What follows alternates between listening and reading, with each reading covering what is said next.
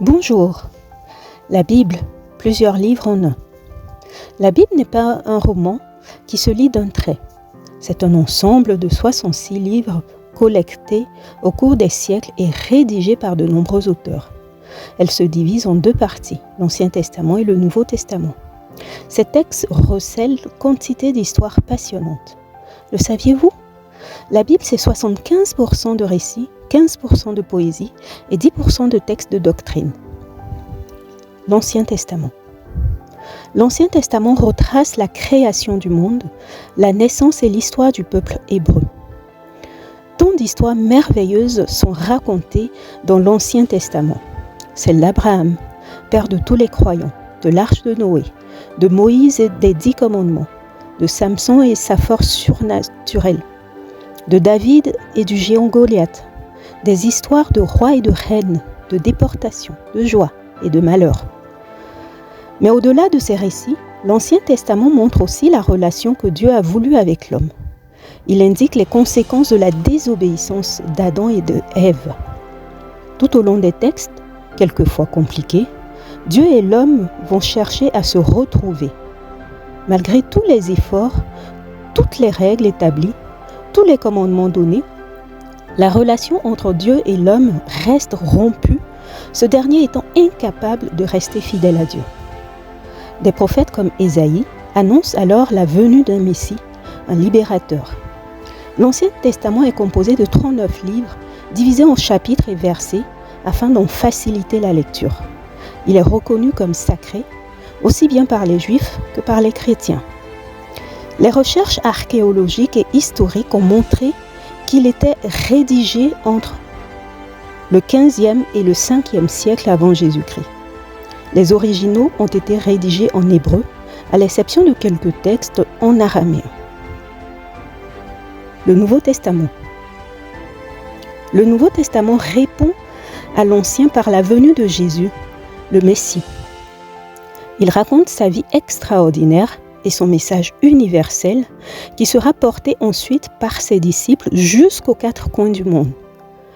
4 témoins racontent, chacun à leur manière, la vie de Jésus, ses enseignements, ses miracles, sa mort sur une croix et sa résurrection.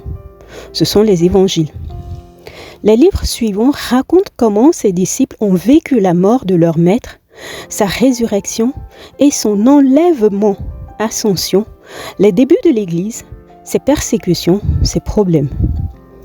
Et comment cette bonne nouvelle s'est ensuite propagée très vite dans l'Empire romain. Ce qui est original, c'est qu'une bonne partie de ces livres sont des lettres envoyées par des disciples de Jésus-Christ pour s'encourager, se corriger ou enseigner les premiers chrétiens des premières églises. Le Nouveau Testament se referme sur l'Apocalypse, en grande partie récit d'anticipation, véritable dernier chapitre de l'histoire de l'humanité qui s'ouvre sur l'éternité.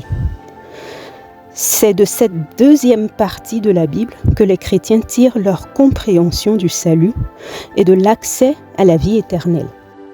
Le Nouveau Testament est constitué de 27 livres écrits par différents auteurs et témoins de la vie de Jésus-Christ au cours du 1er siècle de notre ère, 1er siècle après Jésus-Christ.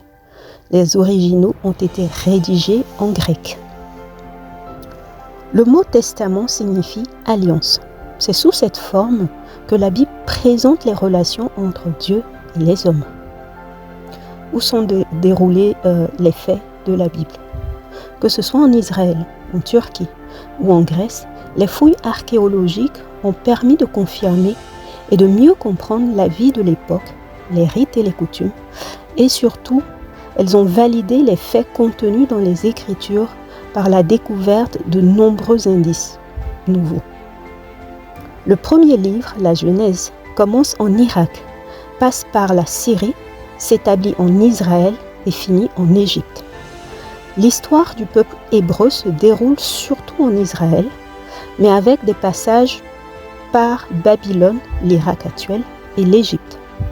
Quant au récit du Nouveau Testament, ils emmènent les premiers chrétiens par voie fluviale et terrestre à travers le Liban et la Syrie, Chypre et Malte, la Turquie, la Grèce et jusqu'à Rome.